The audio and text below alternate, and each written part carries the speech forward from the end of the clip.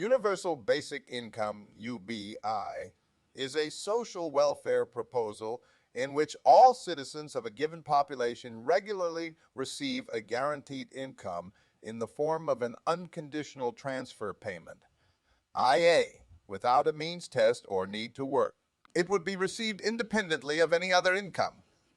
If the level is sufficient to meet a person's basic needs at or above the poverty line, it is sometimes called a full basic income. If it is less than that amount, it may be called a partial basic income. No country has yet introduced either, although there have been numerous pilot projects and the idea is discussed in many countries. Some have labeled up I as utopian due to its historical origin. There are several welfare arrangements that can be considered similar to basic income, although they are not unconditional. Many countries have a system of child benefit, which is essentially a basic income for guardians of children. A pension may be a basic income for retired persons. There are also quasi-basic income programs that are limited to certain population groups or time periods, like Bolsa Familia in Brazil, which is concentrated on the poor, or the Tamaret program in Sudan, which was introduced by the transitional government to ease the effects of the economic crisis inherited from the Bashir regime. Likewise, the economic impact of the COVID-19 pandemic prompted some countries to send direct payments to its citizens. The Alaska Permanent Fund is a fund for all residents of the U.S. state of Alaska, which averages $1,600 annually in 2019 currency, and is sometimes described as the only example of a real basic income in practice. Negative income tax, NIT, can be viewed as a basic income for certain income groups in which citizens receive less and less money until this effect is reversed the more a person earns. Critics claim that a basic income at an appropriate level for all citizens is not financially feasible, fear that the introduction of a basic income would lead to fewer people working, and consider it socially unjust that everyone should receive the same amount of money regardless of their individual need. Proponents say it is indeed financeable, arguing that such a system, instead of many individual means, tested social benefits would eliminate a lot of expensive social administration and bureaucratic efforts, and expect that unattractive jobs would have to be better paid and they're working conditions improve because there would have to be an incentive to do them when already receiving an income, which would increase the willingness to work. Advocates also argue that a basic income is fair because it ensures that everyone has a sufficient financial basis to build on and less financial pressure, thus allowing people to find work that suits their interests and strengths. Early historical examples of unconditional payments date back to antiquity, and the first proposals to introduce a regular unconditionally paid income for all citizens were developed and disseminated between the 16th and 18th century. After the Industrial Revolution, public awareness and support for the concept increased. At least since the mid-20th century, basic income has repeatedly been the subject of political debate. In the 21st century, several discussions are related to the debate about basic income, including those regarding automation, artificial intelligence, AI, and the future of the necessity of work. A key issue in these debates is whether automation and AI will significantly reduce the number of available jobs and whether a basic income could help prevent or alleviate such problems by allowing everyone to benefit from a society's wealth, as well as whether a UBI could be a stepping stone to a resource-based or post-scarcity economy. In a 46 BC triumph, Roman general and dictator Julius Caesar gave each common Roman citizen 100 denarii. Following his assassination in 44 BCE, Caesar's will left 300 sestertii, or 75 denarii, to each citizen. Trajan, emperor of Rome from 98 117 AD, personally gave 650 denarii, equivalent to perhaps use 430 inches dollars 2023 inches dollars 2023. to all common Roman citizens who apply. In his Utopia, 1516, English statesman and philosopher Thomas More depicts a society in which every person receives a guaranteed income. In this book, basic income is proposed as an answer to the statement, no penalty on earth will stop people from stealing if it's their only way of getting food, stating, instead of inflicting these horrible punishments, it would be far more to the point to provide everyone with some means of livelihood so that nobody's under the frightful necessity of becoming first a thief and then a corpse. Spanish scholar Johannes Ludovicus Vives, 1492-1540, proposed that the municipal government should be responsible for securing a subsistence minimum to all its residents, not on the grounds of justice, but for the sake of a more effective exercise of morally required charity. Vives also argued that to qualify for poor relief, the recipient must deserve the help he or she gets by proving his or her willingness to work. In the late 18th century, English radical Thomas Spence and the late 18th century, English-born American philosopher Thomas Paine both had ideas in the same direction. Paine authored Common Sense, 1776, and The American Crisis, 1776, 1783, the two most influential pamphlets at the start of the American Revolution. He proposed concrete reforms to abolish poverty. In particular, he proposed a universal social insurance system comprising old age pensions and disability support and universal stakeholder grants for young adults funded by a 10% inheritance tax focused on land. Around 1920, support for basic income started growing primarily in England. Bertrand Russell, 1872-1970, argued for a new social model that combined the advantages of socialism and anarchism, and that basic income should be a vital component in that new society.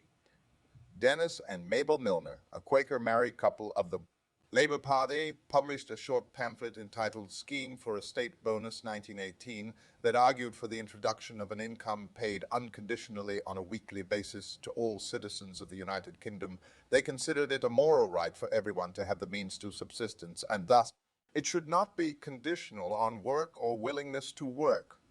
C.H. Douglas was an engineer who became concerned that most British citizens could not afford to buy the goods that were produced despite the rising productivity in British industry. His solution to this paradox was a new social system he called social credit, a combination of monetary reform and basic income. In 1944 and 1945, the Beveridge Committee, led by the British economist William Beveridge, developed a proposal for a comprehensive new welfare system of social insurance means tested benefits and unconditional allowances for children. Committee member Lady Rise. Williams argued that the incomes for adults should be more like a basic income. She was also the first to develop the negative income tax model. Her son Brandon Williams proposed a basic income to a parliamentary committee in 1982, and soon after that, in 1984, the Basic Income Research Group, now the Citizens Basic Income Trust, began to conduct and disseminate research on basic income. In his 1964 State of the Union address, U.S. President Lyndon B. Johnson introduced legislation to fight the war on poverty. Johnson believed in expanding the federal government's roles in education and health care as poverty reduction strategies. In this political climate, the idea of a guaranteed income for every American also took root. Notably, a document signed by 1,200 economists called for a guaranteed income for every American. 6 ambitious basic income experiments started up on the related concept of negative income tax. Succeeding President Richard Nixon explained its purpose as to provide both a safety net for the poor and a financial incentive for welfare recipients to work.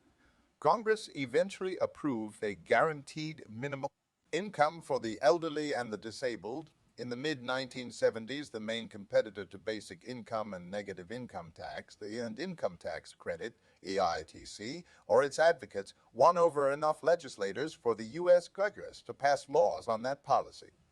In 1986, the Basic Income Europa Network, later renamed to Basic Income Earth Network, BIEN, was founded with academic conferences every second year. Other advocates included the Green political movement as well as activists and some groups of unemployed people. In the latter part of the 20th century, discussions were held around automatization and jobless growth, the possibility of combining economic growth with ecologically sustainable development, and how to reform the welfare state bureaucracy. Basic income was interwoven in these and many other debates.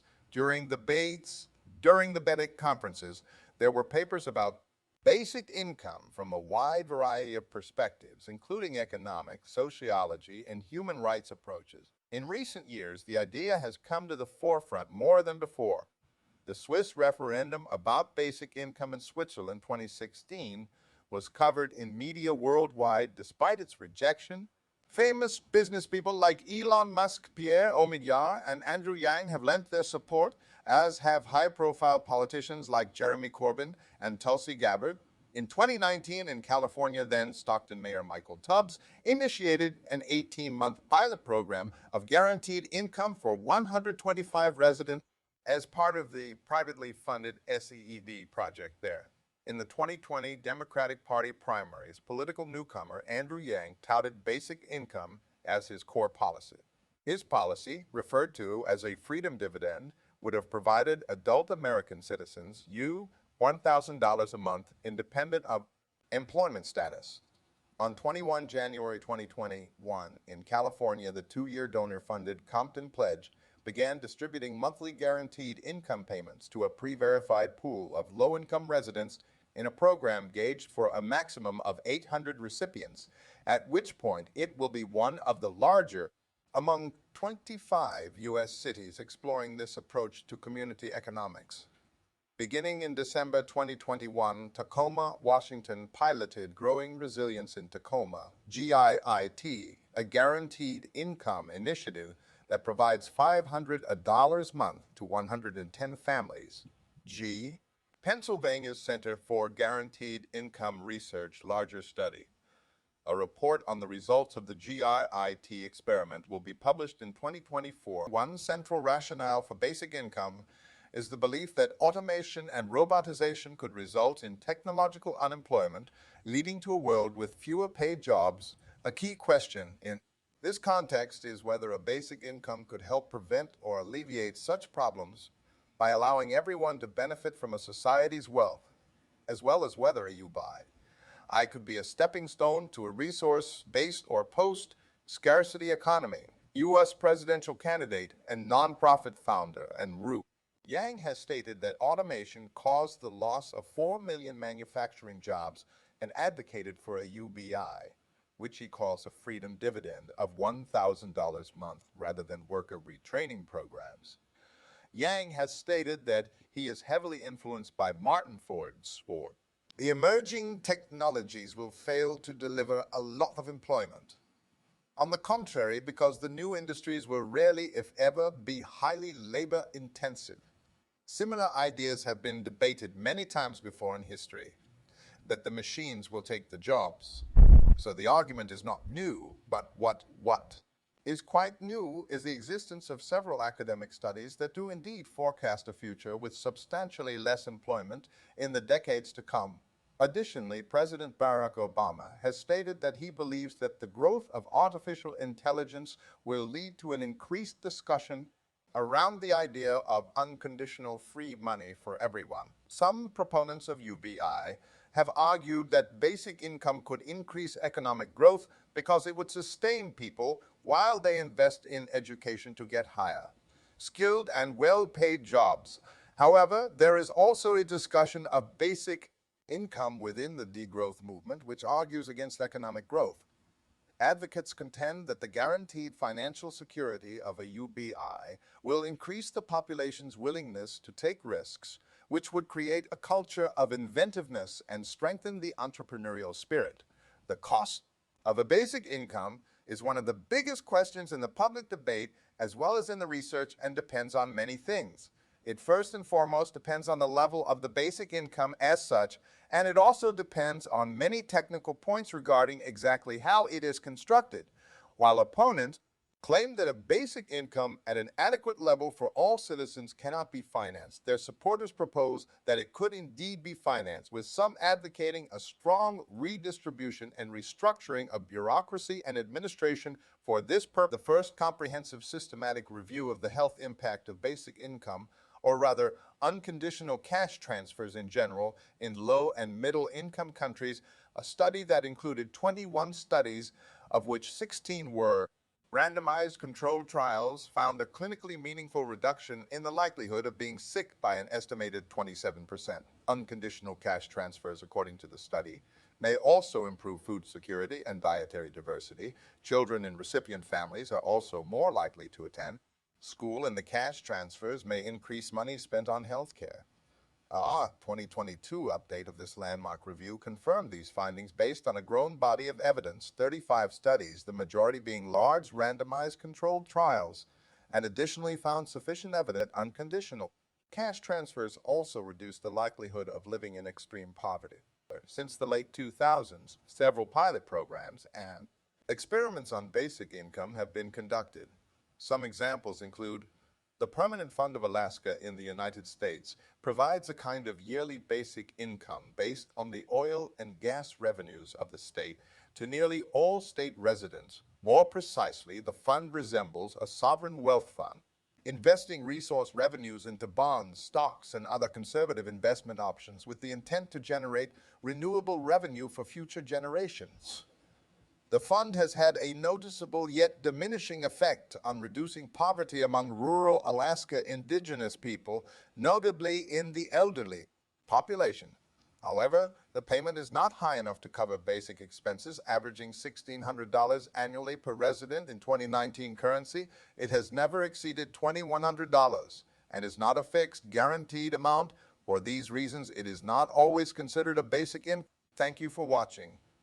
Don't forget to please like and subscribe. If you have a topic you would like to suggest, leave a comment.